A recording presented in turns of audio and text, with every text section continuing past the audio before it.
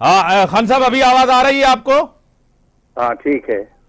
خان صاحب ایٹمی قوت پاکستان بنا آج کے دن میاں نواز شریف نے دھماکے کیا، لیکن ایٹمی پروگرام کا بنیاد شہید ذوالفقار علی بھٹو نے ڈالا تھا، کیا کہیں گے؟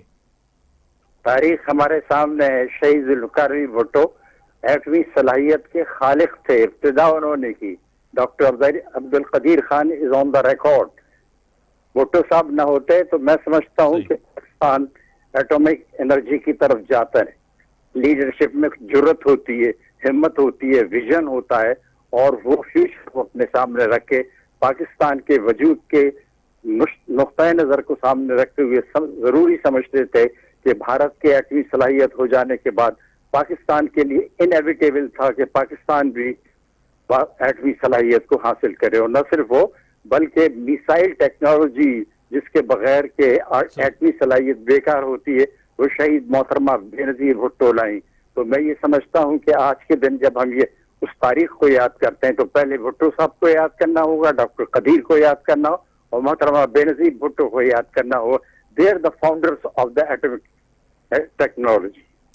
سر، جس طرح آپ نے کہا کہ بنیاد ڈالا شہید ذوالفقار علی بھٹو نے، اور پاکستان کی آج دفاعی طاقت، دفاعی قوت انتہائی مضبوط ہے، نہ صرف اس خطے میں، پورے ریجن کے اندر اور انٹرنیشنلی بھی پاکستان ایک پرامن ملک ہے، پرامن ایٹمی قوت ہے، کیا کہیں گے؟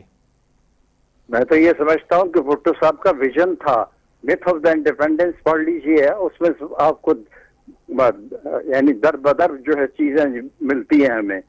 ان کے ویژن کے سامنے ہندوستان تھا جو ہمارا مخالف تھا، جو آج بھی ہمارے وجود کو تسلیم کرنے کے لیے تیار نہیں ہے۔ اگر پاکستان ایٹمی صلاحیت نہ ہوتا تو میں سمجھتا ہوں ہندوستان کا رویہ مختلف ہوتا آج، لیکن بھٹو صاحب نے ایجاد کر کے، میں کہتی ایجاد کر کے کہتا ہوں، انوینشن کر کے ایٹمی صلاحیت کی، اور پھر میں نے محترمہ کو بھی کوٹ کیا ہے کہ ٹیکنالوجی وہ لائیں۔ تو اس اعتبار سے اس میں کوئی شبے کی ضرورت نہیں، اور میں زیادہ تفصیلات میں نہیں جانتا، ورنہ نواز شریف تو تیار ہی نہیں تھا جواب کے لیے۔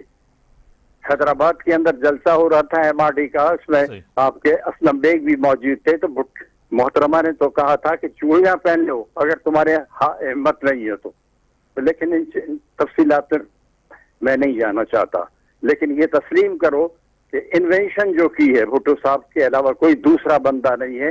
انہی کا ویژن تھا، انہی کی انٹیلیجنس تھی، انہی کی ہمت تھی، اور انہی کی جرت تھی جو پاکستان کو ایٹمی صلاحیت سے ہمکنار کیا۔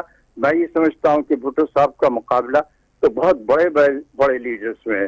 قائد اعظم کے بعد اگر کوئی بڑا لیڈر پیدا ہوا ہے اس میں خطے میں تو شہید ذوالفقار علی بھٹو ہیں۔ شہید ذوالفقار علی بھٹو کا مقام جو ہے ملک فیصل کے مقابل ہے، اور میں تو یہ کہتا ہوں خمینی کے متعلق ہے۔ یعنی یہ ہم پلزہ ہیں یہ لوگ، باقی تو آتے اور جاتے رہتے ہیں لیڈر، لیکن بھٹو شہید کا مقابلہ موازنہ ان قائدین کے ساتھ کیا جانا چاہیے کہ جو کہ لیڈرز تھے، جن مدبر تھے، جو ویژنری تھے، جنہوں نے فیوچر کو اینٹیسپیٹ کیا۔ امنگ دیم شہید ذوالفقار علی بھٹو اور محترمہ بے نظیر بھٹو، ان کو ہم نہیں بھول سکتے کہ وہ ٹیکنالوجی وہ لائی تھی۔ اب کہنے والے تو کہتے رہیں